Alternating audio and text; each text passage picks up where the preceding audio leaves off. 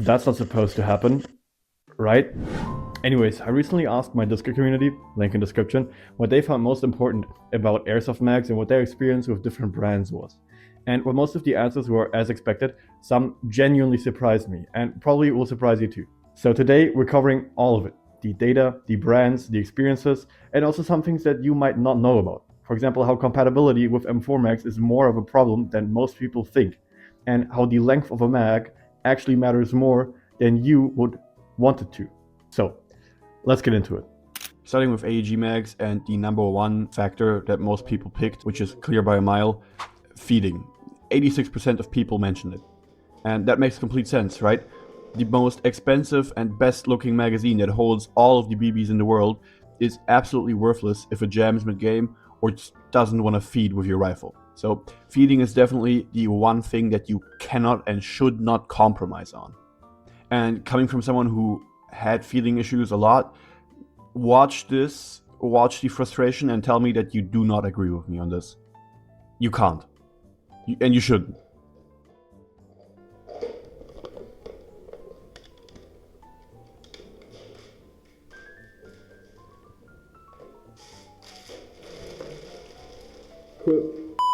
Durability came in second at 71%. And people weren't just asking, will this last a year if I just let it sit in a closet?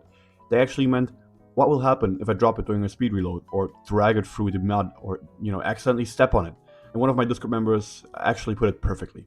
He said, I've thrown them around, bumped them, dropped them during speed reloads. They've been in mud, water, and sand, and failed me only once, and it was just the spring. This is the standard that people are holding their mags to, and you should too. The third place, and this is actually where it gets quite interesting, is compatibility. 64% of my members brought it up. More on that in a second. Now before I get into compatibility, I quickly need to preface this with something that doesn't come up enough. Metal mags versus PMAGs, a trade-off that nobody talks about. Metal mags and PMAGs behave completely different in a magwell, and both have real advantages and disadvantages. Metal mags are thinner. That means there's more wiggle room in the magwell, and on the surface that probably sounds like a negative, and it can be. They rattle slightly, but there are two actual advantages to that looseness.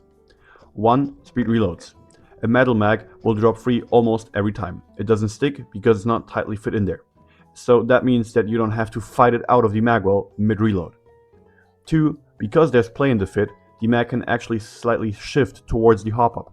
That micro-alignment actually helps feeding because the angle clears a better path for the BB into the hop-up. PMAGs are thicker. They sit snug and there's almost no wiggle.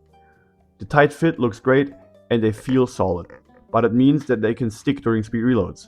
And because they can't shift toward the hop-up, feeding is more dependent on the mag itself being perfect. Spoiler, it's not. There's a fix for tight PMAGs though, at least on some guns. You just need to file down the edges and corners ever so slightly. That takes off just enough material to improve the fit without making it super loose. Worth knowing and trying before you give up on a mag that might feed inconsistently because of that issue. Now let's finally talk about compatibility. You might think, hey, M4 mag is M4 mag, but that's not true. 36% of my community, that's more than 1 in 3, reported that at least one magazine that worked perfectly in one gun and completely failed in another. The clearest example, someone running a Specna Arms mags in a Specna Arms rifle worked perfectly, no issues. But put those exact same mags in a gun from a different manufacturer and nothing works. BattleAxe mags, for example, were a complete fitment failure for one person. And Begadi metal mags, which actually fed fine, turned out to be 2 centimeters shorter than standard magazines. More on why that matters later. So does that mean that we just can't win? Not really. The practical advice from the community is simple. Buy mags from the same manufacturer as your gun, and while that's not a guarantee, it's a safe starting point. If you truly want something that works with every single one of your guns, as long as the same platform of course, stick around because we'll get to that in the brand selection part. Now I talked about how the mag length is a problem previously, and you might think, okay bro, it's just aesthetic. And you'd be right. The obvious side effect is obviously aesthetics. A mag that's noticeably shorter than standard mags just looks off. It breaks the realism, especially if you're like me in like the Milsim or LARP community. If you have the realist kit with the most airsoft looking magazines, the visual accuracy is completely broken and there's no more immersion. But there's also a functional side to that most people probably don't consider enough.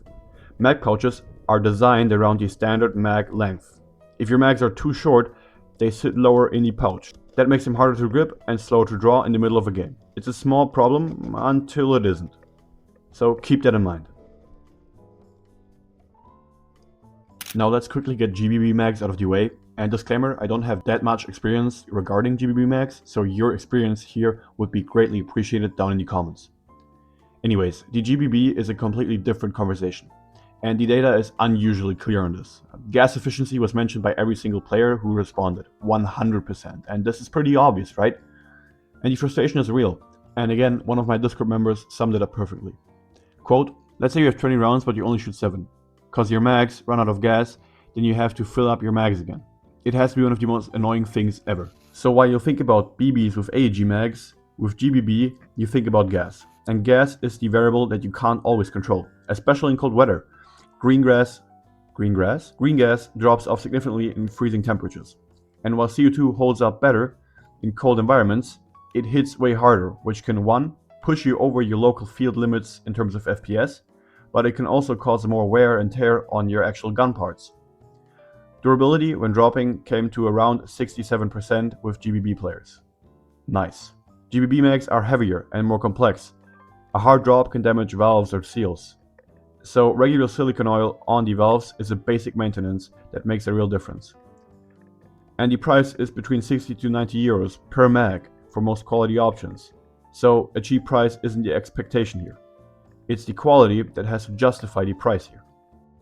Now let's finally get into all of the different brands, and oh boy, there's a lot. My community mentioned 11 different brands across all responses, and here's the honest breakdown. Starting with the universal pick, the PTS EPM Mags. PTS EPM Mags came up as one of the brands that genuinely work everywhere. The quote from my good friend who has way more experience in Airsoft than me, quote, the only mags that really work everywhere are PTS EPM magazines. This is translated from German, but you get the idea. They have the full STANAG length, no cosmetic issues, no fitment problem, no compatibility failures, or anything like that. Their springs are strong, and they feed every time. The catch is the price. EPMs sit at the premium end, but if you run multiple platforms, or want one magazine you know will work no matter what, no matter when, EPM is the answer the community keeps coming back to. But let's say you're on a little bit more of a budget. Well, that brings us to the so-called community favorite, Specna Arms. It's the most recommended brand overall, with 3 people bringing them up very positive, and one even buying 30 of them back in 2021, and he hasn't switched since. They have excellent feeding, adjustable capacity between 30, 50, 70 and more rounds. They cost around 9 to 12 euros, with the only caveat being that someone reported that they work perfectly in one rifle and didn't work as well in a different rifle that wasn't from Specna Arms, so they can be brand specific. But keep in mind that someone else said that they work with every rifle they've ever tried over the years, so take this with a grain of salt, because if that many people actually recommend them, they really can't be that bad. Another good option would be the Arcturus mags. These even give you one more upside, which is a longer follower that pushes the 2 extra BBs that usually fall out when you take out the magazine when it's empty into the hop-up. So you basically lose 0 rounds on a reload with a good hop-up. The polymer version has a BB window and a prone-friendly angled base, around 14 to 70 euros, so pretty good. However, they don't have a realistic look, if that's what you care for. Next up are the mags from Cyma, the budget workhorse with side notes. Cyma metal mags are cheap, nearly indestructible, and have consistently positive feedback. Their 40 round PMAG had feeding issues with one report, and their PMAGs sometimes need a small tape fix in the mag will according to someone else. They're a good budget pick for M4 players. Just know which model you're getting and why and what you're getting yourself into. Now, in case you got AK curious on your Airsoft journey and have an AK, you're gonna need AK magazines, obviously. And the one magazine that was mentioned in my community was from ENL. And quoting someone in my Discord server, will feed till the end of days, as sturdy as a Nokia 3310, costs 8.90 euros per piece. That's the review. AK platform, easy recommendation. Quickly going over the last 3 options, starting with Begadi. Begadi metal mags feed well, but are about 2 cm shorter than STANAG. Looks wrong on most rifles, and as mentioned, can create issues with mag pouches. Their polymer versions had fitment and feeding problems in earlier reports. Know exactly which product you're buying before you commit. And oh boy, do I have a bone to pick with Begadi mags. More on that later. BattleAxe magazines had one report that reported a complete fitment failure in the magwell. Not something the community can recommend right now, though personal experience can vary by gun, which we'll get into in the next section. Norwich Gen 2, one community member, actually one of our mods, runs them both in his M4 and G36. He says that they run perfectly fine with no complaints. He had the G36 Mags for about 1.5 years now, so while it's a small sample size, it's a somewhat long-term review. But again, small sample size, so take it with a grain of salt, however, clean recommendation. One more thing that we need to talk about before we move on to my personal experience and the conclusion, and this is especially relevant for budget mags or anything that's been used for a while. If your mag is feeding inconsistently and you can't figure out why, 9 times out of 10, it's a weak spring. The fix is simple. Open the mag shell, pull out the internals, take out the spring, physically stretch it back out again, reassemble, done. Springs lose tension over time, no matter the price. That's basic physics. Especially on cheaper mags, and this gets them feeding like new again. You can also completely replace these springs in case they just loosen up over a small time frame, like 1 week if they're really old or cheap, and they don't cost that much. Important side note, this only works if the mag can actually be opened and also the spring can actually be removed. Some budget mags, and we'll get to this, are built in a way that makes that impossible. Something to check out before you buy. If you need a full dedicated video on this, I'll have it linked up right now and also down in the description. Anyways, let's finally move on to my personal experience. I'm running 3 different types of mags. From left to right, actually in the order that I bought them. I run the BattleAxe PMAGs, 2 Begadi PMAGs that I bought used, and one of the newer generation BattleAxe PMAGs with a window in them. And my gun is a Begadi MK18. Keep that in mind for later. Now, for some context, before these I ran ICS PMAGs and they fed perfectly in my Specna Arms C22. 0 issues. The problem was length. They were way too short. It looked unrealistic, and that matters to me because I'm coming from a perspective of a milsimmer or LARPer, where the visual accuracy of your kit is part of the point. Mags are consumables to me as well, so I might lose one, I might break one, so I'm not going to spend PTS EPM money on every single one, but they have to look the part. And that's how I ended up with the BattleAxe and Begadi Mags. They have that realistic PMAG look, the BattleAxe more than the Begadi. They have the correct length and a price that makes sense for something I treat as a consumable. Now, mileage may vary for you, but for me, this is the way that I'm going about this. Now, what is my experience with these mags? Starting with the BattleAxe, the fitment in my MK18 and also in my Specna Arms C22 is good. They go in clean and drop free on reloads, at least some of them. I don't know if that has to do with how often they've been inserted into the magwell, but some of them are more sticky than others, with some of my mags not sticking at all, which is, nice. But because they're a PMAG, they fit snug and don't wiggle as much as StanAgs would. Feeding was a problem early on, inconsistent, hard to diagnose, and this is exactly the weak spring issue from the previous section. Once I stretched the springs back out, the feeding problem went away. Now it does return from time to time, so I have to stretch them out again, which makes me consider replacing these springs altogether. Durability after about 1.5 years is okay. The first one gave up. The internal mag has separated from the shell. It's held together with a tape right now and still technically functions, but it's done. I dropped them regularly for reload practice, especially the one that broke, so that accelerated the wear. The plastic and the screw thread that holds the 2 halves together is just cheap material. That's just what's gonna happen if you buy cheap mags. But what I do have to say here is that this only happens if you buy cheap mags that have a realistic look, because they set more of a priority on the look rather than the quality.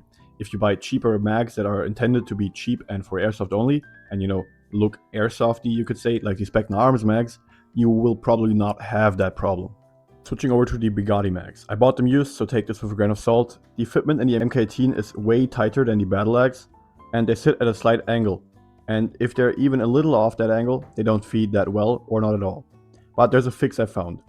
You need to tap the front lower edge of the mag to push it into the right seating angle again. After that, feeding is fine, but this can get annoying. One of the two has already broken in the same way as the BattleAxe, plastic thread gone, shell and internals separated. And unlike the BattleAxe, I can't even get the spring out to service it. The design doesn't allow it. So once it starts failing, there's nothing you could do. And I really want to make sure that you understand this. The Begadi mags have a worse fitment in a Begadi gun than the BattleAxe magazines. Let that sink in. I mean, literally. What the f? So, to sum my personal experience up, my personal priority order is feeding and compatibility first, then looks and length, and then the price, and then after that the durability. Durability is last because I accept that budget mags are consumables. But even with that mindset, having mags fall apart after a year and not being able to fix them is frustrating. The BattleAxe mags can be fixed. The Begadi mags won't even let me do that. That's a meaningful difference when you're trying to extend the life of a cheap or budget mag. Realistically, I should probably invest in the PTS EPMs at some point. Buy them once, cry once, and then stop replacing my cheap mags every year or two. And the community data backs that up pretty clearly. But I don't know, man. I'm still not sure. Call me stupid. You're probably right. But it's my autism. I get to choose the flavor. So to sum it up, what would I look out for when buying new mags? Well, number one, I would only buy one magazine instead of a whole set just to test out feeding, fitment, and compatibility. That's logical, right? If it works, fine, buy all of them.